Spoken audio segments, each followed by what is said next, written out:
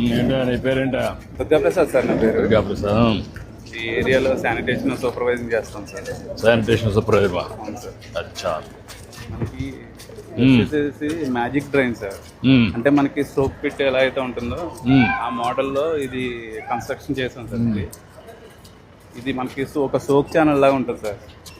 దీనివల్ల మెయిన్ ఏంటంటే సార్, దీంట్లోకి వచ్చిన వాటర్ ఎప్పటికప్పుడు ఇంకిపోతాయి సార్.